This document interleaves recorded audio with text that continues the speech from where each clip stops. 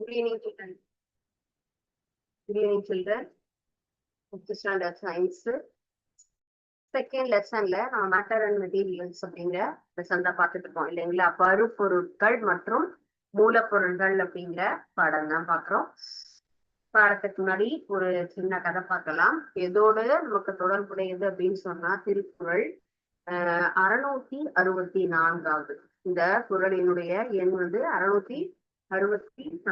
1330 குறள்கள்ல நமக்கு இது வந்து வேற ஒரு குறள். இது 813வது குறள். உருவது சீர்தூக்கும் நட்பும் பெறுவது கொள்வாரும் கள்வரும் மேல். உருவது சீர்தூக்கும் நட்பும் பெறுவது கொள்வாரும் கள்வரும் மேல். சரிங்களா? இது என்ன கருத்து அப்படின்னு சொன்னா, யார் ஒருத்தையுமே நம்ம நட்பு வச்சுக்கணும் அப்படின்னு சொன்னா எந்த ஒரு பலனையும் எதிர்பார்க்காம நம்ம செய்யக்கூடிய ஒரு நல்ல விஷயம். அந்த நட்பு என்பது எதையும் எதிர்பார்த்து இருக்க கூடாது அப்படிங்கறதுதான். சரிங்களா? அவங்க நம்ம வந்துட்டு நமக்கு என்ன வாங்கி தருவாங்க, என்ன செய்வாங்க, என்ன ஹெல்ப் பண்ணுவாங்க அப்படின்னு ஒரு எக்ஸ்பெக்டேஷனோட அவர்களோட நம்ம என்ன பண்ணக்கூடாது, நட்பு என்பதை வைத்துக் கொள்ளக்கூடாது. நாங்க எல்லாரும் ஃப்ரெண்ட்ஸ் அப்படிதான் இருக்கணுமே தவிர இவங்க இதை செய்வாங்க அதனால அவங்க கிட்ட நான் ஃப்ரெண்ட்ஸா இருக்கேன் அப்படிங்கிற மாதிரி சொல்லக்கூடாது. பயன் கருதி நட்பு கொள்வதும் பொருளை பெற்று இன்பம் தரும் ஒரு சில தவறான செயல்கள் செய்பவரும் என்னது திருடர்கள் மாதிரி இருக்கவங்கதான். சரிங்களா? சோ அதனால என்ன பண்ணக்கூடாது, நம்ம வந்து யார் என்ன ஹெல்ப் பண்ணுவாங்க எதிர்பார்த்து அவரோட நட்பு கொள்ளக்கூடாது. சரிங்களா? இப்படிதான் உங்க ஸ்கூல்ல வந்துட்டு ஒரு ஸ்டூடெண்ட் இருந்தாங்க. அந்த ஸ்டூடெண்ட் நேம் வந்து மணி. அவர் வந்து அவரை சுத்தி 4 பேர் எப்பயும் இருந்துட்டே இருப்பாங்க. எதுக்காக இருக்காங்க அப்படின்னு பார்த்தா, அவர் வந்து யார் எது கேட்டாலும் உடனே வாங்கி தருவாங்களாம். பென்சில், பேனா, நோட் புக்கு, அண்ட் தென் வேற என்ன ஹெல்ப் கேட்டாலும் உடனுக்குடன் அந்த மணிங்கிற ஸ்டூடெண்ட் அவங்க கிளாஸ்ல இருக்கிற ஸ்டூடெண்ட்ஸ் எல்லாருக்குமே கொடுத்துட்டே இருப்பாங்களா. இது வந்துட்டு உடனே அவங்க எல்லாருமே எதுக்குமே வந்து கொஞ்ச நாள் கழிச்சு பார்த்தா எதுவும் இல்லன்னா கூட பரவாயில்ல, மறந்து வீட்டுல விட்டுட்டு வந்துட்டா கூட மணி இருக்கா பாத்துக்கலாம், ஒண்ணும் கவலை இல்லை அப்படிங்கிற மாதிரி ஒரு அலட்சியம், சின்சியாரிட்டி இல்லாமையே போயிடுச்சு. சரிங்களா? சோ அப்போ அதனால இத வந்து அவங்களுடைய ஆசிரியர் கவனிச்சுட்டு அவரை கூப்பிட்டு வான் பண்ணாங்க. ஏன் எல்லாருக்கும் இதே மாதிரி நீ கொடுத்துட்டு இருக்கிற இந்த காரணத்தினால அவங்க வீட்டுல இருந்து எடுத்துட்டு வரல அப்படின்னா கூட மறந்து விட்டுட்டு வந்துட்டாலும் அத பத்தி அவங்க கவலையும் படுறது இல்ல, ஃபீல் பண்றது இல்ல. நீ இருக்கங்கிறதுனால ரொம்ப அலட்சியமா இருக்காங்க. இதே மாதிரி நீடிச்சா அவங்களுக்கும் கஷ்டம். நீங்க சம்பாதிப்பீங்களா? எங்க இருந்து இவ்வளவு பொருள், ஏது உங்களுக்கு இவ்வளவு காசு? உழைப்பவர்களுக்கு தான் அதனுடைய என்னது வேல்யூ அப்படிங்கிறது தெரியும். மதிப்பு தெரியாம நீ எல்லாருக்கும் கண்டிப்பாக எல்லாருக்கும் உதவணும், இயலாதவர்களுக்கு உதவணும், எமர்ஜென்சினா ஹெல்ப் பண்ணணும். எப்பயுமே வாங்கி தரதுக்கு பேரு உதவி கிடையாது. இனிமே இந்த தவற நீ செய்யக்கூடாது அப்படின்னு சொல்லிட்டு அவங்களுக்கு வார்ன் பண்றாங்க. உடனே அந்த மாணவரும் அதை ரியலைஸ் பண்ணிட்டு அதுக்கப்புறம் கொஞ்சம் கொஞ்சமா எல்லாத்தையும் இந்த மாதிரி வாங்கி கொடுக்கறதுக்கு குறைச்சிட்டாங்க. குறைச்சதும் அவங்கள சுத்தி இருந்த ஒரு பொய்யான நட்பு வட்டம்ங்கிறதே அவங்கள விட்டு என்ன ஆயிடுச்சு, விலகிட்டாங்க. சரிங்களா? சோ அந்த மாதிரி விலகினதுக்கு அப்புறம் தான் அவருக்கு உண்மையான நட்புன்னா என்னது, இவ்வளவு நாள் நம்ம கூட இருந்தவங்க நம்மளுடைய பணத்தையும் இந்த பொருளையும் எதிர்பார்த்துதான் இருந்திருக்காங்க அப்படின்னு சொல்லி ரொம்ப வருத்தப்படுறாங்க. டீச்சர்ட்டையும் போயிட்டு இனிமே நான் இந்த மாதிரி தப்பு செய்யல ரியலைஸ் பண்ண ஆரம்பிச்சாங்க. சோ எப்பொழுதுமே நம்ம வந்து ஒருத்தருக்கு என்னது, ஒருத்தர்கிட்ட நட்பு வச்சுக்கும் போதும் எதையும் எதிர்பார்த்து வச்சுக்க கூடாது. அதே போல தேவை அறிந்துதான் அடுத்தவர்களுக்கு நம்ம என்ன பண்ணணும், ஹெல்ப் பண்ணணும். புரியுதா ஸ்டூடெண்ட்ஸ் இந்த ஸ்டோரி? புரியுதுங்களா? நம்ம எந்த ஒரு ஸ்டூடெண்ட்டும் டெய்லி நம்ம பொருள் எடுத்துட்டு போகணும். என்னைக்காவது மறந்துட்டு போனா யார்கிட்டயாவது ஹெல்ப் கேட்கலாம். டெய்லியும் ஒருத்தரை எதிர்பார்க்க கூடாது. அதே போல நாம் உழைச்சு சம்பாதிக்கும் போதுதான் நம்ம இந்த மாதிரி எல்லா ஹெல்ப்பும் பண்ணணும். அப்பா அம்மா உழைக்கிறத நீ பாட்டுக்கு எல்லாருக்கும் எடுத்து இந்த மாதிரி தேவையில்லாத போது செலவழிக்கவும் கூடாது. இந்த மாதிரி 2-3 கருத்துகள் அடங்கிய குறள் தான் இந்த குறள். ஃபாலோ பண்ணலாமா? இன்னைக்கு நம்ம பாடத்துல பார்க்க போறது பருப்பொருள்கள் மற்றும் மூலப்பொருள்கள் அப்படிங்கிற பாடத்துல நம்ம என்ன டாபிக் பாக்குறோம்னா, நம்ம மேட்டர் பார்த்துட்டோம் இல்லையா? அடுத்தது மெட்டீரியல்ஸ் அப்படின்னும் பார்த்துட்டோம். அண்ட் நெக்ஸ்ட் நம்ம பார்க்கறது இப்ப இழைகள், ஃபைபர்ஸ் இல்லையா? இந்த ஃபைபர்ஸ்னுடைய தகவல் தான் நம்ம இப்ப தெரிஞ்சுக்க போறோம். சோ ஃபைபர்ஸ் அப்படின்னு சொன்னா இழைகள் அப்படின்னு தமிழ்ல சொல்லுவோம். இந்த இழைகள் 2 வகையாக நாம் பிரிக்கலாம். என்னென்ன இழைகள்? நம்ம இயற்கை இழைகள், செயற்கை இழைகள். Natural and then synthetic or man-made. So natural அப்படின்னு சொன்னா என்னது? இயற்கையாக நமக்கு கிடைக்கக்கூடியது இயற்கை இழைகள். சிந்தட்டிக் அப்படிங்கிறது செயற்கை இழைகள். சோ இயற்கை இழைகள் அப்படின்னு சொல்றது என்னது? இயற்கை மற்றும் செயற்கை பொருட்களுடைய ஒரு மெல்லிய இழை தான் நம்ம என்ன சொல்றோம்? த்ரெட், நூல் அப்படின்னு சொல்றோம். இயந்திர மூலமாக நம்ம என்ன பண்றோம்? இந்த நூல் எல்லாம் வச்சு நம்ம ட்ரெஸ் மெட்டீரியல் அப்படிங்கறது நம்ம மேக் பண்றோம். இதுல விலங்கு மற்றும் தாவரத்திலிருந்து வரக்கூடியதுதான் இயற்கை இழைகள். ஆல்ரெடி பார்த்தோம். செயற்கை இழைகள் அப்படிங்கிறது நம்ம உருவாக்கக்கூடியது. ஓகே, சோ ஃபைபர்ஸ் 2 டிவிஷனா பிரிக்கலாம். நேச்சுரல் அண்ட் சிந்தட்டிக், இயற்கை மற்றும் செயற்கை. இயற்கை அப்படிங்கிறது யார் நமக்கு கொடுக்கிறது? Animals and plant. ஓகே, இந்த 2 பெரிய என்னது பிரிவுதான் நமக்கு இயற்கை இழைகள். பஞ்சு, சணல், தேங்காய் நார், பட்டு, இது எல்லாமே நமக்கு தாவரங்களிலிருந்தும் செடிகளிலிருந்தும் வரக்கூடியது. நெக்ஸ்ட் நம்ம இதுல டீடைலா பாக்குறது இயற்கை இழைகள் அப்படிங்கிற தலைப்பு தான் நம்ம பார்க்க போறோம். சரிங்களா? இயற்கை இழைகள் எவ்வாறு நமக்கு கிடைக்கிறது அப்படின்னு. Natural fibre. நேச்சுரல் ஃபைபர்ஸ் எங்க இருந்து வருதுன்னு நம்ம பார்த்தோம்? தாவரங்களிலிருந்து. அப்ப எந்த தாவரம்?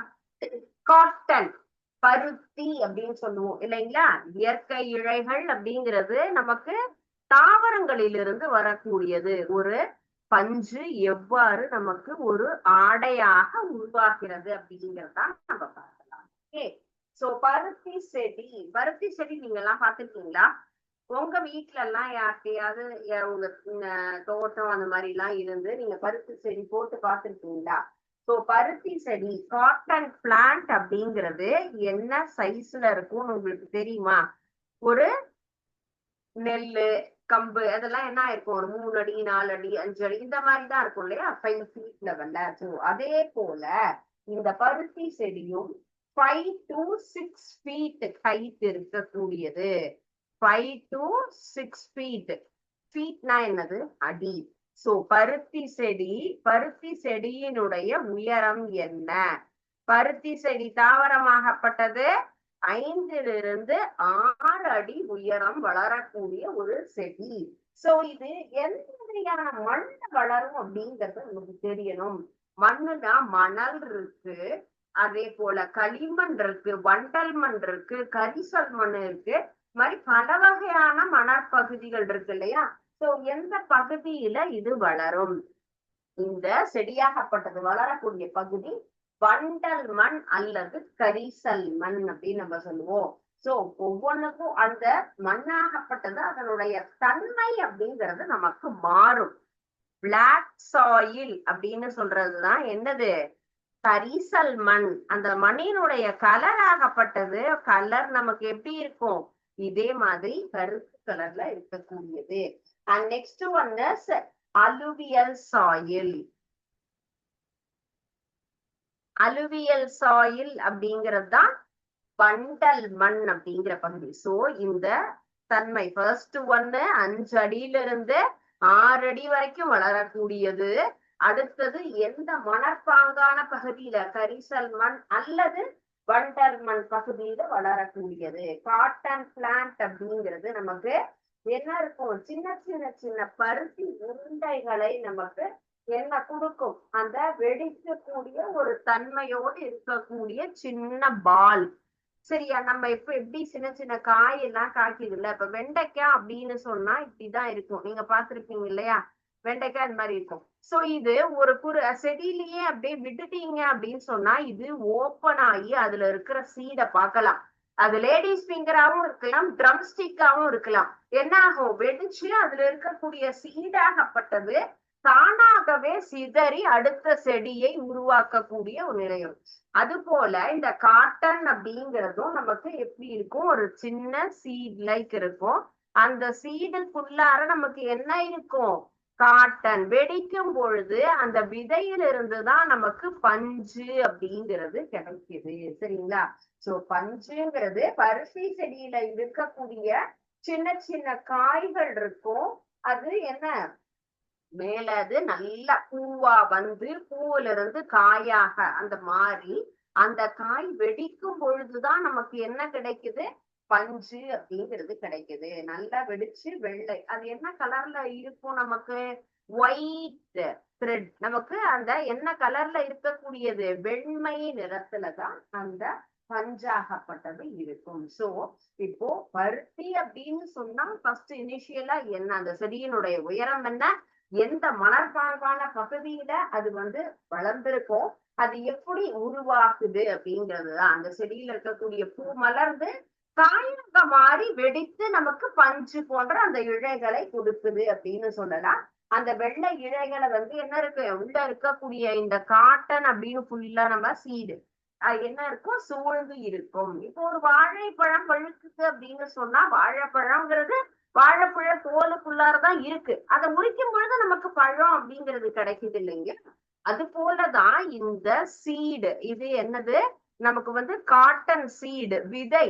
இந்த விதைக்குள்ளாரதான் நமக்கு பருத்தி அப்படிங்கிற இந்த உள்ள இருக்கக்கூடிய அந்த பஞ்ச நம்ம வந்து அந்த சீடாகப்பட்டது மேல இருக்கக்கூடிய கவரால நமக்கு பிரிச்சிருக்காங்க. சோ இத ஓபன் பண்ணும் பொழுது நமக்கு என்ன கிடைக்கும், அங்க பஞ்சு அப்படிங்கிறது கிடைக்கும். Okay, so cotton.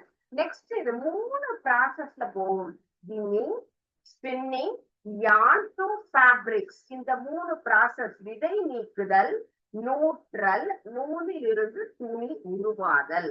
இப்போ நமக்கு இந்த பஞ்சா இருக்கிறது எப்படி நமக்கு ட்ரெஸ்ஸா உருவாகுது அப்படிங்கறதுதான் நம்ம பார்க்க போறோம்.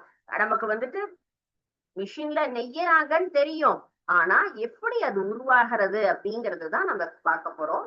நீங்க எல்லாம் யூஸ்வலா இப்போ நீங்க இந்த மிஷின் பார்த்திருக்கீங்களா, இதுதான் நமக்கு இந்த நூல் இழை, வீவிங் மிஷின் அப்படின்னு சொல்றோம்ல, த்ரெட்டா தான் இதுல வரும். சின்ன சின்ன நூல் இழைகள் தான் இதுல இருக்கும். இந்த நூல் ஒவ்வொன்னா பஞ்ச எல்லாத்தையும் எடுத்து இந்த மாதிரி என்ன பண்ணுவாங்க, நூலா ஃபர்ஸ்ட் மேக் பண்ணிட்டு நூல் இருந்து அதுக்கப்புறமா என்ன ஆகும், நமக்கு அந்த நூலை பயன்படுத்தி அது பருத்தி நூலா அல்லது பட்டா. சோ இந்த மாதிரி சில்க் சாரீஸும் நம்ம வந்து பட்டு இழைகள்ல இருந்து வரக்கூடியது நம்ம என்ன சொல்றோம், பட்டு சாரின்னு சொல்லலாம் இல்லைங்களா. சோ இப்ப பட்டு நெய்தல் அப்படிங்கிறதும் பட்டுப்புழுல இருந்து இந்த மாதிரி வரக்கூடிய இழைகளை சேகரித்து பல வண்ணங்களை நம்ம என்ன பண்றோம், மிக்ஸ் பண்ணி இந்த மாதிரி சாரி அப்படிங்கிறது வீவ் பண்றாங்க. இது பருத்தி இழை. நம்ம முதல்ல பார்த்த மிஷின் என்னது, காட்டன் நூல் தான் இல்லைங்களா. காட்டன் நூல், பருத்தி நூல், இதுல இருந்து நமக்கு பல வகையான ட்ரெஸ் ஆடைகள் அப்படிங்கிறது நெய்தல் அப்படிங்கிறது செய்வாங்க. சரிங்களா. சோ இப்ப நேச்சுரல் அப்படின்னு சொன்னா என்னென்ன நேச்சுரல் ஃபைபர்ஸ், நம்ம நேச்சுரல் ஃபைபர்ஸ்னு பார்த்தோம்ல, தேங்காய், தேங்காய்ல இருந்து தென்னை நார்னு சொன்னோம்ல. சோ அதுல இருந்துதான் நமக்கு அந்த காயர் அப்படிங்கிறதுல இருந்து என்ன கிடைக்குது, கால் நம்ம மிதியடின்னு சொல்றோம்ல, மேட் எல்லாம் தயாரிக்கிறாங்க. அடுத்தது என்னது, பட்டுப்புழுல இருந்து நமக்கு என்ன கிடைக்குது, பட்டு சாரிங்கிறது கிடைக்குது. இதுதான் பஞ்சு. பாத்தீங்களா, வெடிச்சு நமக்கு என்ன வெள்ளை கலர்ல பஞ்சு உருண்டையா வருது இல்லையா, இது பருத்தியிலிருந்து வரக்கூடிய அந்த காட்டன் ஃபைபர். நெக்ஸ்ட் இந்த ஆடை நமக்கு என்ன கொடுக்குது? கம்பளி ஆடைகள் உருவாகுவதற்கு நமக்கு ஸ்வெட்டர், அடுத்தது நம்ம பிளாங்கெட், கம்பளி, போர்வை எல்லாம் பயன்படுத்துறோம் இல்லையா? அது எல்லாம் இந்த ஆட்டினுடைய தோல், இந்த மேல இருக்கக்கூடிய ஹேர், ரோமம்னு சொல்லுவோம்ல, அதுல இருந்து நெய்து நமக்கு தயாரிக்கிறோம். சோ இதெல்லாம் தான் நமக்கு நேச்சுரலா கிடைக்கக்கூடியது. இயற்கையாக நமக்கு தாவரங்களிலிருந்தும் விலங்குகளிலிருந்தும் நமக்கு கிடைக்கக்கூடிய ஒரு ஃபைபர். சோ இழைகள் என்பது இயற்கையாக எதுல இருந்தெல்லாம் கிடைக்குதுன்னா, இந்த பருத்தி செடி, அடுத்தது இந்த செம்மறி ஆடு, பட்டுப்புழு, இந்த செடியிலிருந்தும் கிடைக்கும். தென்னநார், ஜூட் பிளான்ட், சணல் அப்படிங்கிறதும் நமக்கு ஒரு செடியிலிருந்து கிடைக்கக்கூடியது. இது எல்லாம் தான் இயற்கையாக கிடைக்கக்கூடிய ஒரு இழைகள் அப்படிங்கலாம். அண்ட் தென் செயற்கையாக கிடைக்கக்கூடியது. So synthetic fibres, rayon, artificial silk. இப்பெல்லாம் சில்க் சாரியை விட பல வண்ணங்கள்ல கிட்டத்தட்ட சில்க் சாரி மாதிரியே ரொம்ப அழகான ட்ரெஸ் எல்லாம் இப்ப நம்ம எல்லாம் என்ன பண்றோம்? பர்ச்சேஸ் பண்றோம் இல்லையா? அது எல்லாம் இந்த மாதிரியான செயற்கை இழைகள். பாலியஸ்டர், அக்ரலிக், நைலான், இது எல்லாமே நம்மால் வேதி பொருள்களால், கெமிக்கல்ஸால நம்ம என்ன பண்றோம்? இதை எல்லாத்தையுமே தயாரிச்சு இந்த மாதிரி நூலாக உருவாக்கி அதற்கப்புறமா ட்ரெஸ்ஸா வீவ் பண்றோம். இதெல்லாம் தான் என்னது? செயற்கை இழைகள். முன்னாடி நம்ம பார்த்தது தாவரங்களிலிருந்தும் விலங்குகளிலிருந்தும் பெறப்படுவது இயற்கை. இது செயற்கையாக நாம் கெமிக்கல்ஸ், நம்ம வேதிப்பொருட்களை பயன்படுத்தி நாம் உருவாக்கக்கூடிய இழைகள். ஓகே, சோ அடுத்த ப்ராசஸ் நம்ம என்ன சொல்லியிருக்கோம்? நம்ம பஞ்சு செடி வெடிச்சு இருக்கிறது பார்த்தோமா? சோ அடுத்த ப்ராசஸ் நம்ம என்னது? ஸ்பின்னிங்னு சொல்லக்கூடிய ஒரு விதையை எவ்வாறு நீக்குதல் அப்படிங்கிறது தான். சரிங்களா? விதை எவ்வாறு நீக்கணும், அடுத்தது எவ்வாறு ட்ரெஸ்ஸை மேக் பண்ணணும் அப்படிங்கறத நம்ம பார்க்கலாம். அதற்கு முன்னாடி இப்போ நம்ம இயற்கை இழை, செயற்கை இழை அப்படின்னு சொன்னோம் இல்லைங்களா? இப்போ இயற்கை செயற்கை அப்படின்னு சொன்னா என்ன மாதிரி நமக்கு அத பிரிச்சு பார்க்க முடியும்? சரிங்களா? இயற்கை இழை, செயற்கை இழைங்கிறத எவ்வாறு தெரிஞ்சுக்கலாங்கிறதுக்கு ஒரு சிமுலேஷன். எது நேச்சுரல் ஃபைபர், எது சிந்தட்டிக் ஃபைபர் அப்படிங்கறத நம்ம என்ன பண்ண போறோம்? இந்த சிமுலேஷன்ல இருந்து நம்ம தெரிஞ்சுக்கலாம்.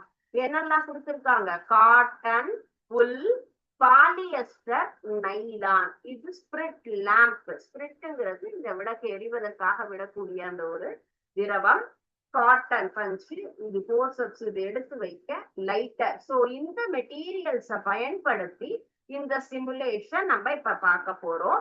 இந்த சிமுலேஷன்ல இருந்து என்ன தெரிஞ்சுக்க போறோம்? Differentiate between natural and man-made fibre. எப்படி நமக்கு ஒரு ட்ரெஸ்ஸ இயற்கை இழையில தயாரிச்சதா செயற்கை இழையில தயாரிச்சதான் பார்க்க போறோம். So first I am using cotton. So cotton தான் இதுல இருக்கு. நான் என்ன பண்ண போறேன்? இத லைட்டரை எடுத்து இந்த லேம்பை நான் எரிய விட போறேன். சோ என்னாச்சு? லேம்ப் எரியுது. ஓகே, சோ லேம்ப் எரியுது இல்லையா? நெக்ஸ்ட் இது ஃபோர்செப்ஸ் மூலமாக இந்த காட்டன் த்ரெட் எடுத்து இந்த நெருப்புல காமிக்க போறேன். எஸ், என்ன பண்ணுது? Yes, burning. அந்த இழையாகப்பட்டது நெருப்புல எரியுது. எரிஞ்சா என்ன கிடைக்கும்? சாம்பல், ரெசிடியூ அப்படின்னு சொல்றோம் இல்லையா? சாம்பல் கிடைக்குது. சாம்பலை தொட்டு பார்த்து அது இயற்கையா செயற்கையான ஐடென்டிஃபை பண்ணலாம். நேச்சுரல் செல்லுலோஸ் நம்ம ஃபைபர்ங்கிறது என்னது? இயற்கை இழைகள்ல நமக்கு என்ன ஆகும்? உருவாயிருக்கக்கூடியது நேச்சுரல் செல்லுலோஸால உருவாகிறது தான் இந்த இயற்கை இழைங்கிறது. It burns but does not melt. இந்த இயற்கை இழை என்பது முழுவதுமாக எரியுமே தவிர உருகாது. It smells like burning paper or wood. இதை எரிய விடும் பொழுது ஒரு பேப்பரோ மரமோ எரிய விட்டா என்ன ஸ்மெல் வருமோ அதுதான் வரும்.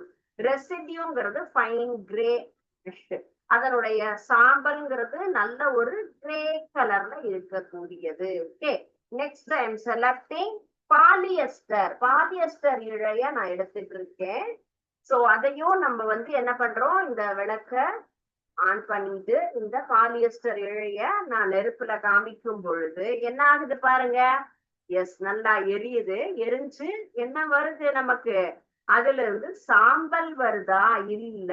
அது தொட்டு பார்க்கும் பொழுது அந்த இடத்துல சாம்பல் இல்ல, நமக்கு மெழுகு போன்ற ஒரு அமைப்பு தான். அப்ப இது ஆர்டிபிஷியல், செயற்கையாக நமக்கு உருவாக்கினது.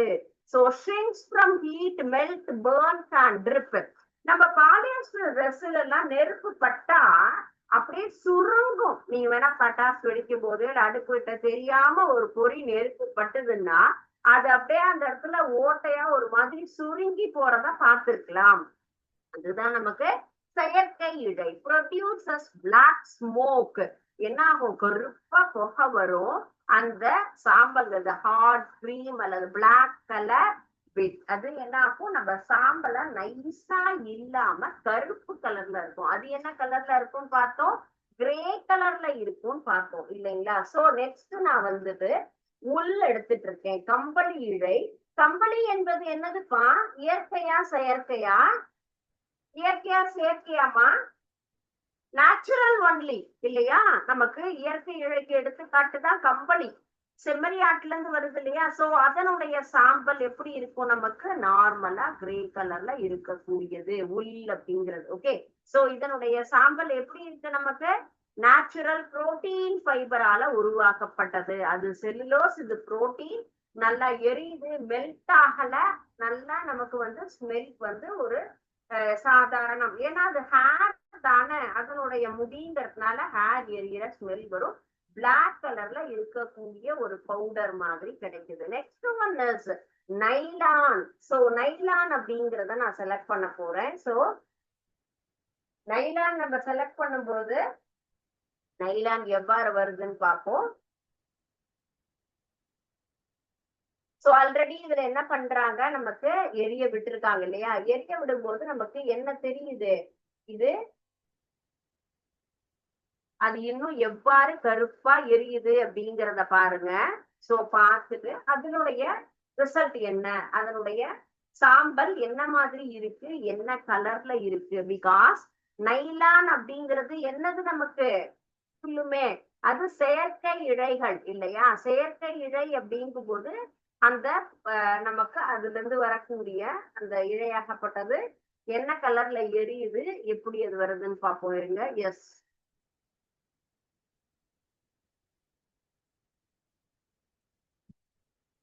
அந்த சாம்பலை நமக்கு செக் பண்ணும் பொழுது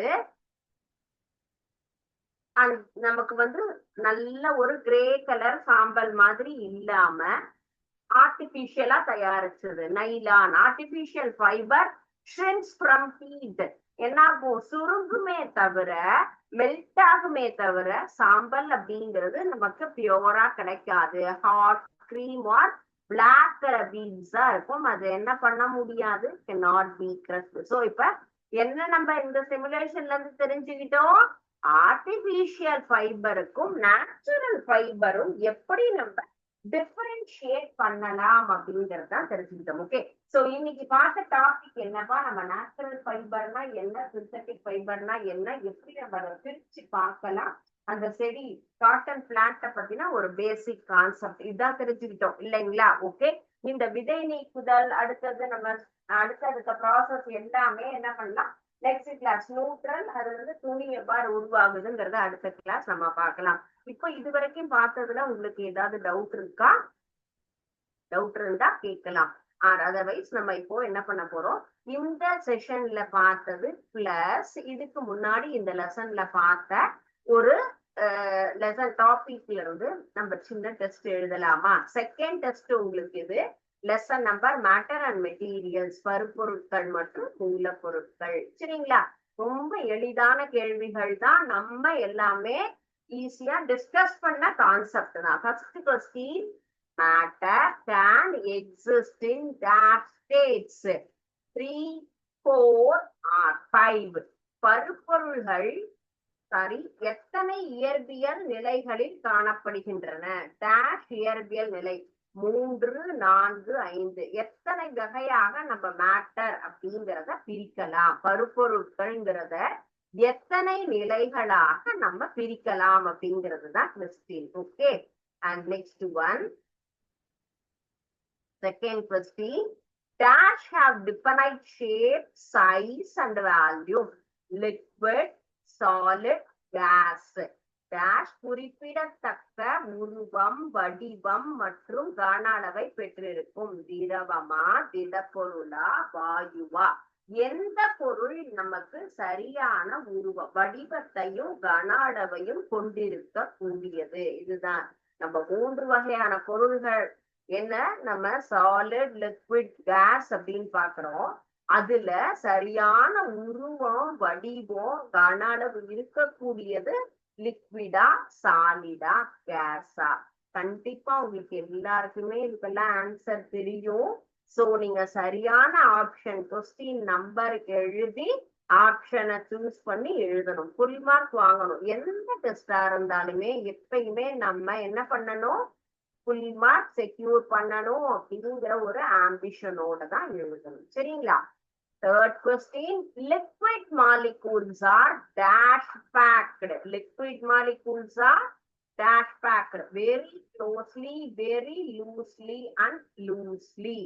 Dash மூலக்கூறுகள் sorry to say dash molecules, dash மூலக்கூறுகள் தளர்வாக இடைவெளி விட்டு பிணைக்கப்பட்டிருக்கும். மிகவும் நெருக்கமாக, மிகவும் தளர்வாக. சோ எது நமக்கு ஒவ்வொன்றும் நான் உங்களுக்கு பிக்சர் காமிச்சிருக்கேன் இல்லையா, லிக்விட், சாலிட், அதனுடைய பேக்கிங்க பொறுத்து நீங்க என்னங்கிறத கரெக்டா சூஸ் பண்ணி எழுதுங்க. சாரி டு சே நானே அதுல தெரியாம ஆன்சர் சொல்லியிருக்கேன், நீங்க அதை கரெக்டா எழுதுங்க. Okay, gases are dash highly compressible, incompressible, negligibly compressible.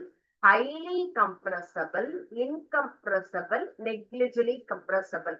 அந்த அழுத்தக்கூடிய தன்மையை பொறுத்து வாயுக்களை எளிதில் அழுத்தலாம், அழுத்த முடியாது, சிறிதளவே அழுத்தலாம். எந்த வகையில நம்ம அந்த வாயுக்களினுடைய தன்மை இருக்கும் அப்படிங்கிறது தான் இந்த question.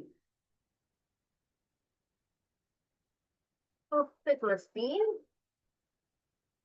Dash is a thin thread of natural and artificial substance. Matter, fiber, material. இயற்கை மற்றும் செயற்கை பொருள்களின் மெல்லிய நூல்களே பருப்பொருள்கள், இழைகள், மூலப்பொருள்கள். நம்ம இன்னைக்கு பார்த்த இந்த பாடத்துல இருந்துதான் இந்த கொஸ்டின் கேட்டிருக்கோம். Dash is a thin thread of natural and artificial substance. Matter, fiber or material. இயற்கை மற்றும் செயற்கை பொருள்களின் மெல்லிய நூல்கள் அப்படிங்கிறது. சோ அதுக்கு உண்டான டேர்ம் என்னது? Okay, sixth one, the fibers we get from plants and animals are called man-made fiber, natural fiber. None of these. விலங்குகள் மற்றும் தாவரங்கள்ல இருந்து பெறப்படக்கூடிய இழைகள் என்ன? செயற்கை இழைகள், இயற்கை இழைகள், இவை எதுவும் இல்லை. சோ விலங்கு தாவரத்து வரக்கூடியது என்னதுப்பா? இப்ப நம்ம டிஸ்கஸ் பண்ண கான்செப்ட்ல இருந்துதான் இந்த கொஸ்டின் எல்லாம் இருக்கு. சோ கண்டிப்பா ரைட்டான ஆன்சர் தான் எழுதுவீங்க. Cotton plant is a bushy plant dash feet high. Okay, so this is 4 to 6, 3 to 6 and then 5 to 6. So எந்த ஹைட் நமக்கு இருக்கக்கூடியது? ஓகே, சோ அல்லது உயரம், உயரம்னு எடுத்துக்கலாம். எவ்வளவு அடி உயரம் நமக்கு வளரக்கூடியது? பருத்தி செடி நம்ம எந்த அடியில இருந்துன்னு சொல்லலாம். 3ல இருந்து 6, 4ல இருந்து 6 அல்ல 5ல இருந்து 6, எந்த அளவுக்கு நமக்கு இது வளரும்? The process of making yarn from lint is called spinning, ginning and then weaving. பஞ்சில இருந்து நூல் தயாரிக்கும் முறை என்ன அப்படிங்கிறதுதான். சோ நூற்றல், விதை நீக்குதல், நமக்கு நெய்தல், இந்த 3ல என்ன கான்செப்ட்?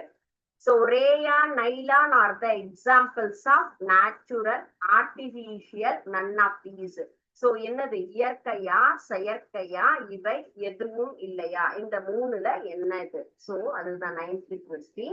And 10th one,